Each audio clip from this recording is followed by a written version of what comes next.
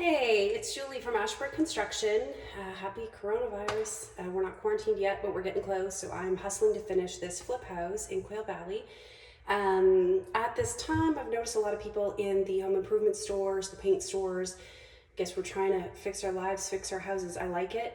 One thing that I feel that anybody can do in their home, especially if you have an older home or a home that looks dated, to kind of update it is to change out door hardware. In this house, it was necessary. Some of the door hardware wasn't present, and what was here was the brass is probably a generous word, gold, just terribly out of date. Some of it was broken. So just putting in very, very standard, straightforward brushed nickel. I do go with a higher name brand. I don't buy inexpensive because I find that the hardware itself just doesn't work all that well. So this is the Kwikset line. Juno is the style name. It's kind of the least expensive of the Kwikset. So I like to compromise with a lower end, maybe decor style, with a higher name brand. So what we're going to start with is the catch. And so these doors, these were the old doors that we've repurposed. They were already bored. So if you're buying a door off the shelf that is just a slab and doesn't have the hole for the doorknob or the plate or the catch, you're gonna have to figure out a way to do that. But you can generally buy them where they are pre-bored, or you can talk to a carpenter about that. What I do is I have, I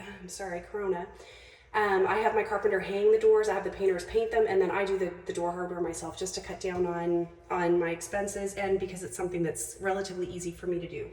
Now, I used to do everything with a screwdriver. Some of the parts still have to be done with a screwdriver just so you don't scratch the finish, but I've started kind of a love affair with power drills, trying to find my way. So make sure you have the right bit. Now, when your sweep goes in, I don't know if it's called a sweep, a catch maybe, you use the two smaller screws. The plate that goes on the actual door frame, this part here, needs the longer screws. And the reason it does that is so that it holds. You may have lived in houses where the plates have fallen off. Generally, you know, if there's only one screw or if it's a short screw, it's probably not gonna hold. So we need to put this in. Again, I'm more of a manual screwdriver girl, so forgive me if this looks worse than it is. Might need some editing later.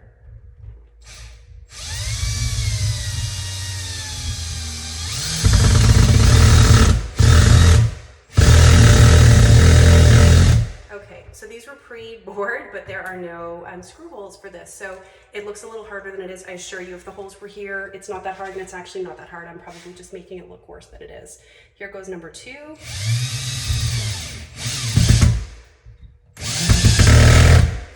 Okay, so that's sort of the easiest part. The next part that some people struggle with is actually getting the door hardware part. Now, this is for a pantry. So there's no lock, so it's a little bit more straightforward. You still have to kind of turn the mechanism and mess with it because there's a cover plate and then there's the mechanism. You have to get the screws apart. So see how it's kind of together as one unit, and this is how it'll come out of the box. I've had a lot of people take the screws out. Don't. It makes it much harder to install. You just need to really gently, because they are, you know, not terribly well made, get them apart.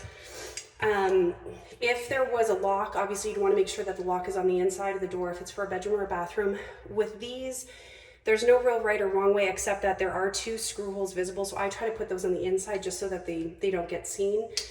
Now, you have to make sure that this goes in. There's only kind of one way, and I do find it's helpful to kind of push on this to get it in. So wiggle it in, not too bad. Just be careful when you're doing this too, not to scrape the fresh paint on the door. Touch-ups once door hardware is on are not real pleasant. So like I mentioned, this silver part is kind of a decorative piece. So we need to be able to see where the screw holes are coming through, but this can be modified later. So your important thing right now is just to gently kind of play with it, get it where you want it to go so that the screw holes are popping out and so that we can actually start putting them into place. This is sometimes frustrating. That's where coffee comes in. Again, there's really no way that you can mess this up other than if you're really rough, and if you just kind of work hard enough, it'll come out.